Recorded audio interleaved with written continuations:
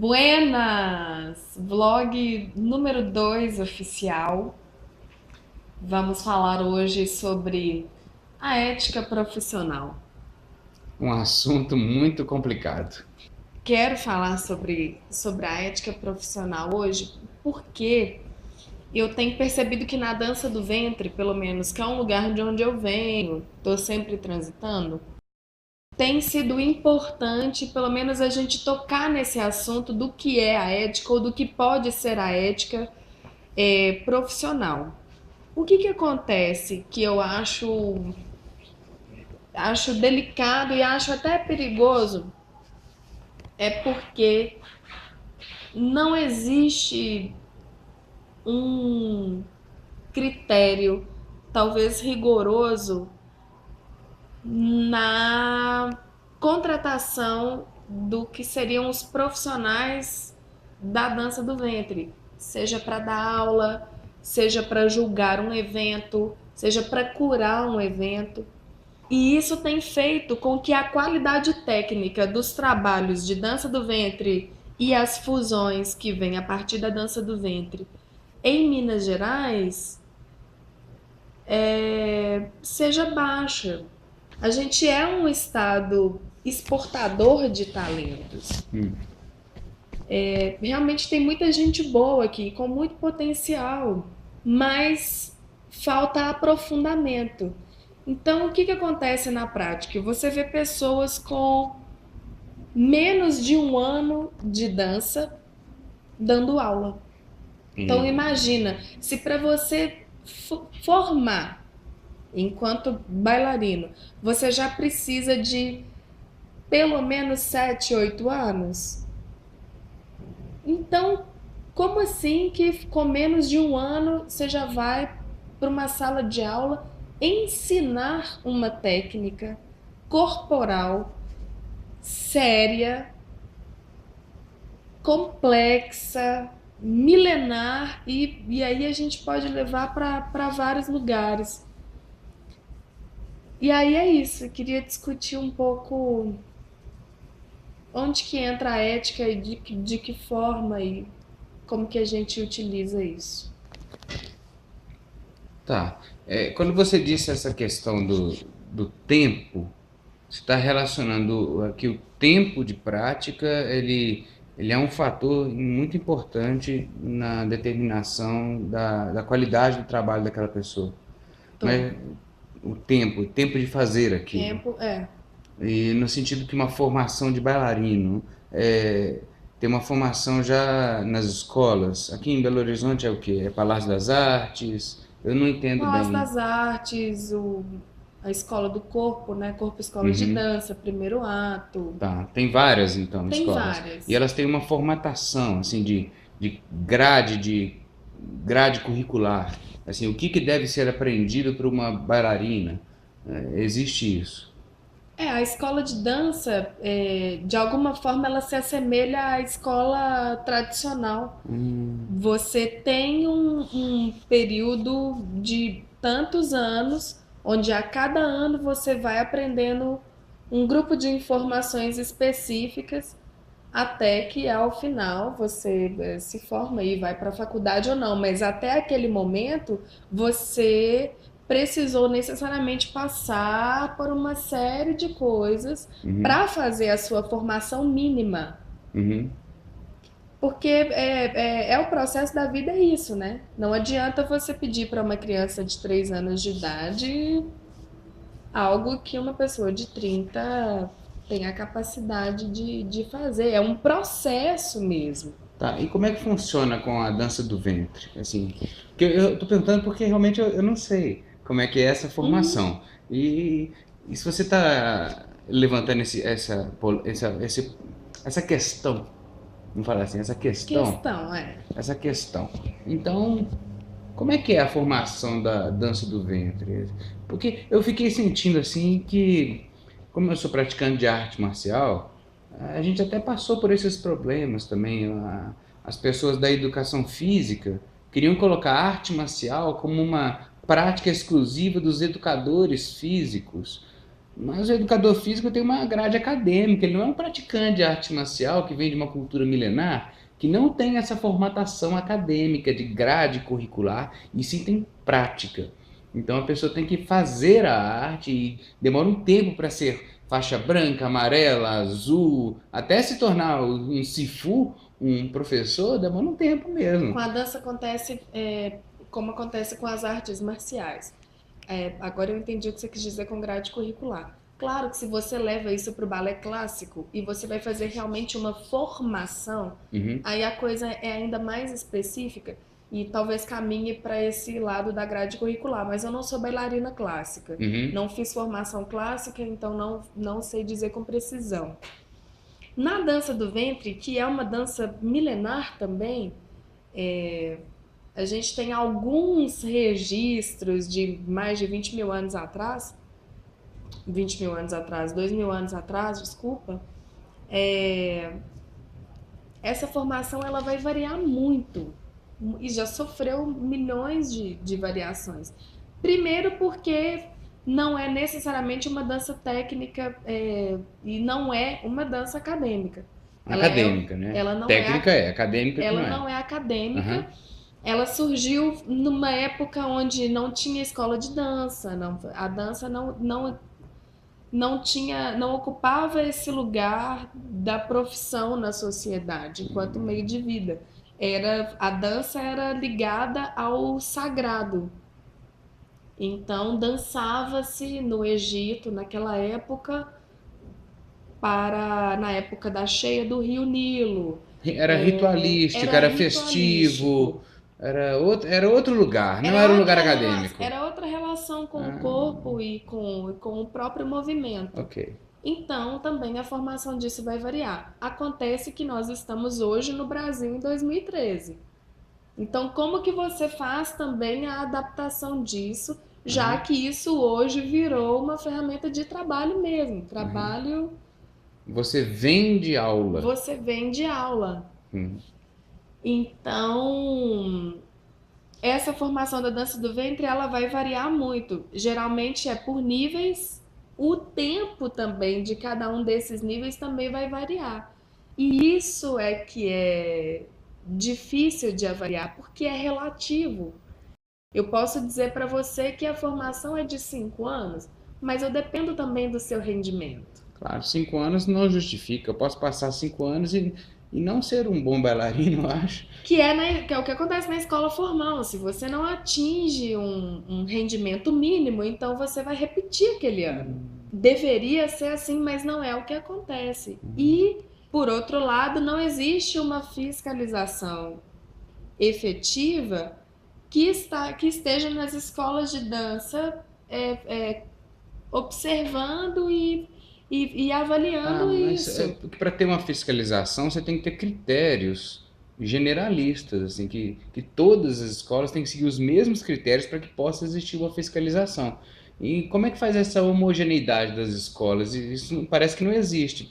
É, eu não sei, eu não entendo muito, mas eu vejo as pessoas seguindo certos estilos ou certos. Ah, esse é o estilo do professor tal. A Uhum. academia ou a escola da bailarina tal é desse jeito que elas dançam, porque eles têm essas características. Não é assim que funciona? Então, como é que seria É uma assim que fiscalização? funciona e é justamente isso, nesse lugar que eu quero tocar, Hum, assim. Eu não acredito que essa seja a melhor forma. como é que você pensa? Eu penso que deveriam ser estabelecidos critérios Hum, que e que esses critérios eles deveriam ser mais amplos, assim, em se tratando de dança e não só de dança do ventre, dança afro, dança não sei o quê. Precisa ter alguma coisa anterior a isso, porque a gente está falando de dança, a gente tá falando de comunicação através do corpo. E existem algumas premissas que servem para qualquer área da dança, hum. que é, Concordo, concordo. né, que é Uhum. a coisa da organização do corpo, é, Até mesmo estudo anatômico, estudo fisiológico, do anatômico. funcionamento da parte músculo-esquelética. talvez. Exatamente, também. Você entendeu o que você está fazendo. Já que é E acadêmico, eu estou partindo do pressuposto que não é mais ritualístico e sim entrando no âmbito acadêmico. Assim, nós queremos ter uma escola. Sim, é uma escola e é um serviço pago, então tem que ter um critério, um critério. porque é isso que a dança Hum, virou hoje em dia, né? hum. Não se aprende dança do ventre nos palácios, né? Nem existe Ou isso nos mais. grupos, vamos Ou dançar nos juntas. Não, grupos. vamos, é aula, né? E eu vejo que também as bailarinas às vezes pagam para dançar nos eventos, né? Algumas me falam isso. Nossa, paga. Como, Paga e é pensa, eu um. sou aluno, eu acho que é normal, cara, É. eu sou aluno da sua escola, eu vou dançar. Eu não acho errado por pagar, não, porque é como se fosse uma atividade da escola, o evento. Então, eu só estou só citando que isso acontece. Então, não é uma dança só por dançar. Tem um investimento financeiro naquilo que eu estou fazendo, que envolve outros princípios éticos, que é uma troca, é um mercado. É um mercado onde eu vou dançar porque eu estou pagando. Né? Eu fiquei pensando assim, como é que fica isso para os bailarinos assim? É lógico, uma coisa é você já ser profissional, aí você tem que receber por dançar. Mas se você é aluno, você investe em dançar. É uma troca. Que é uma troca e até aí tudo bem. Quando a gente fala de mercado, a coisa fica ainda mais complexa por isso.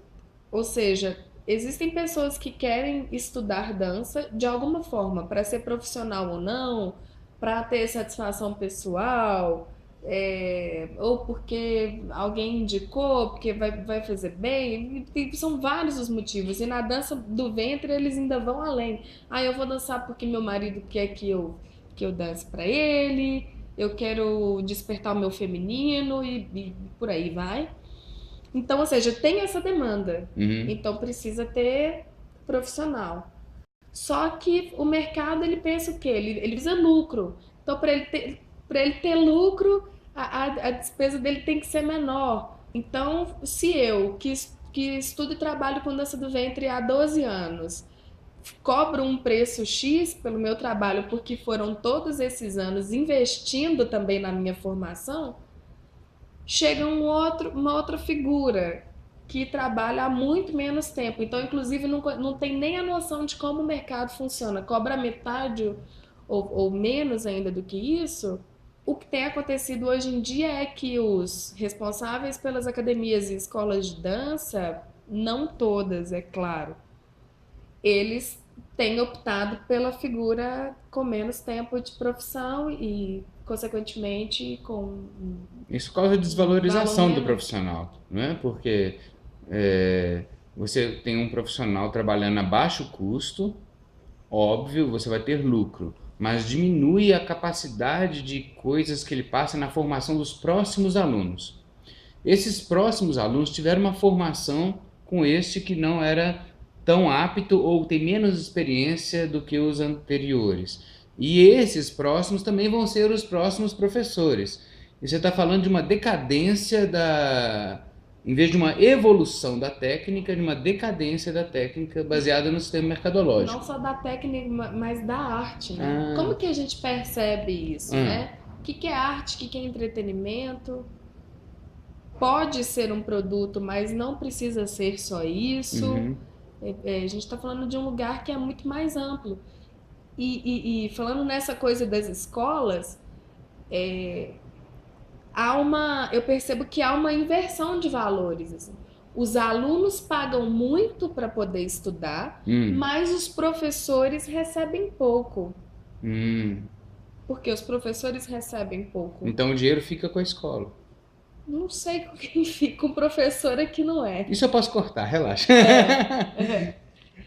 Mas tem essa inversão de valores. Então, como é que a gente percebe também essa coisa da formação? Assim? O que é que importa? Então, como que a gente entende a figura do mestre, do professor, do orientador? Numa época de YouTube, numa época de vlogs, de tutoriais e de mil e uma coisas, eu acho que essa relação direta com quem veio antes e essa coisa de honrar quem veio antes e respeitar e se dispor a aprender com aquela figura também, além do YouTube, além do livro, além das viagens, eu acho que essa relação ela tem se perdido. E isso reflete no, no público e no mercado de dança do ventre, especificamente falando, que a gente tem hoje. Assim, você vai a festivais, eventos de dança e as pessoas elas querem só competir. Tem problema competir? Não tem problema competir. Mas o que eu quero dizer é que é isso, a percepção de para que serve aquilo que eu estou fazendo, ela está limitada. Uhum. Tanto por parte de quem pratica, como por parte de quem organiza. Porque aí os eventos, eles não se dispõem, por exemplo, a fazer mostras ao invés de fazer só competição. Podia fazer mostra, cada um mostrando o conhecimento que tem até ali, mas sem necessariamente precisar de um julgamento externo ou precisar desse lugar do quem é o melhor. Melhor a partir de quê? Se a gente não sabe nem quais são os critérios que a gente está usando? E cair no começo da nossa conversa. Se você não tem um critério amplo que circunda todas as escolas, não tem como.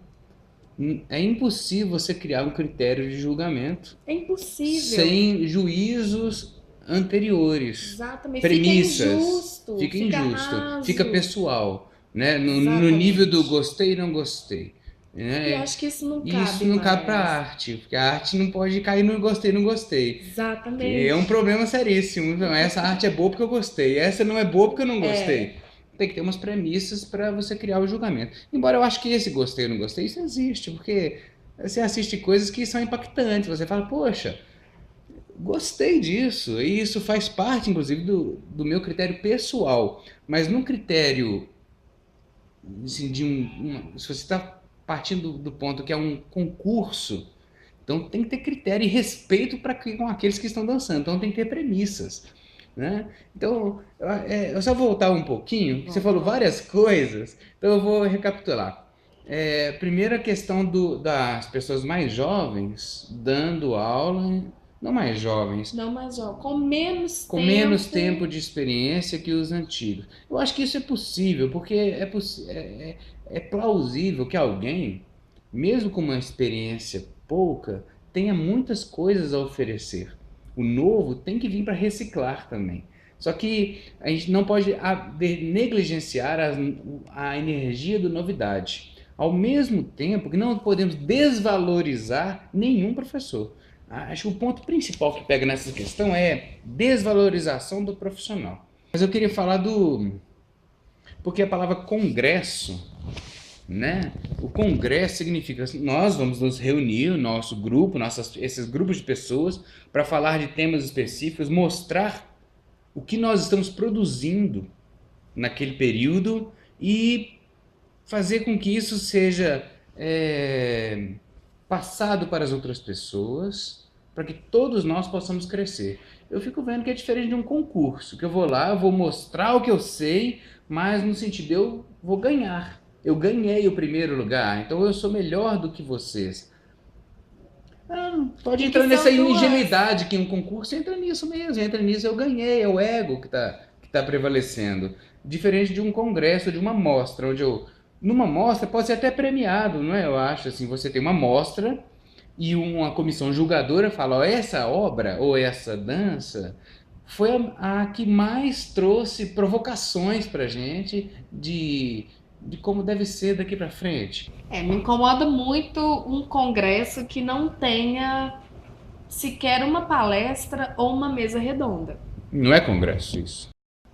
E aí eu fico sempre muito preocupada, assim, e tomo muito cuidado para poder falar, cada vez que eu vou falar com as pessoas da dança do ventre, porque a tendência é que as coisas elas Entre no milindre, no aspecto entrem no pessoal, está aspecto falando mal do pessoal. meu trabalho. Não é isso. Nós estamos, inclusive, fazendo uma provocação para.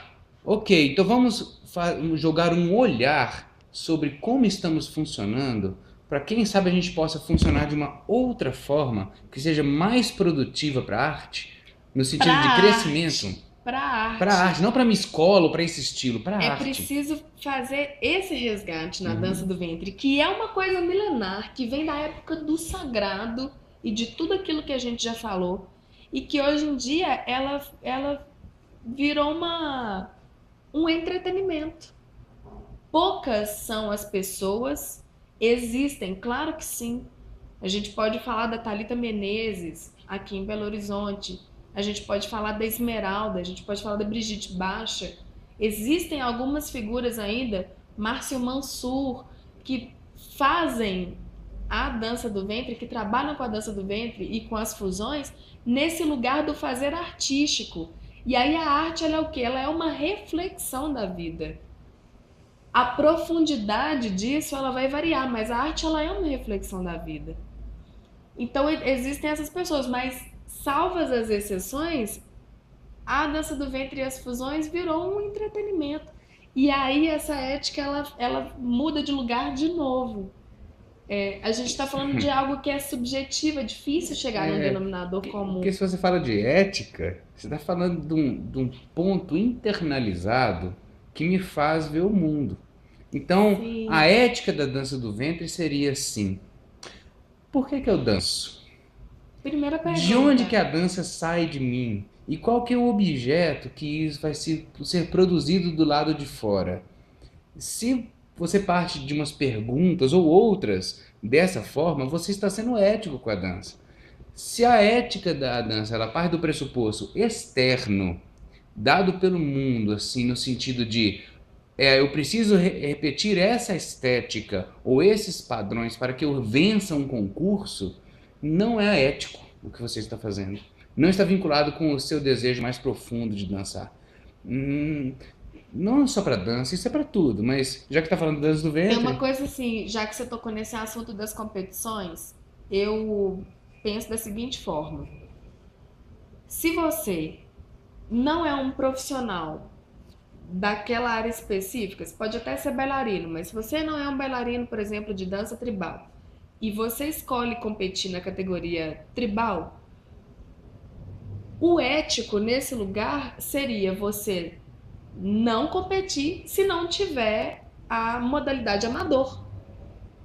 você falou assim, entendi, o cara não é profissional de dança, eu Você não não sou é um bailarino profissional. profissional Entendi, tinha que ter de uma dança categoria amadora, tribal. é Então tem verdade. que ter uma categoria amadora. Uhum. E as competições, elas têm misturados níveis. Então tudo bem, é categoria tribal, categoria outras fusões, categoria dança do ventre.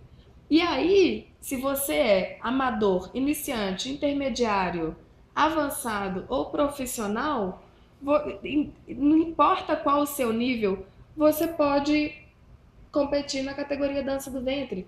E isso é difícil, porque o jurado, quem está do lado de cá, não recebe uma ficha técnica prévia de competidor para saber um resumo, Hum. para saber o resumo da formação daquela pessoa. Olha, Priscila Plata, dançarina há não sei quantos anos, nível avançado.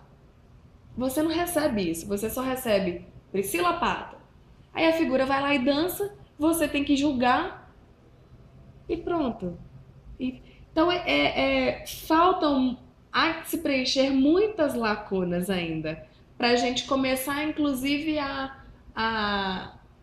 a entender e definir quais seriam esses critérios que dizem o que é a ética dentro da dança do ventre. E é ético você refletir sobre como está funcionando e pensar sobre novas propostas. Isso é ético, inclusive. Você começar a perceber que pode ser melhor, pode ser de outra forma. Não, não melhor, pode ser de outras Pode ser de formas. outra forma, eu Outras acho. formas. E estar aberto a isso é totalmente ético. E de preferência de uma forma que seja mais democrática, que realmente atenda ao maior número de pessoas. Um abraço para vocês, paz e alegria em seus corações. Mais uma vez, entra no nosso blog, deixem os seus comentários, os assuntos que a gente discute aqui, na verdade, eles têm muito mais para ser falado. Então deixa a sua opinião, troca com a gente. Até a próxima.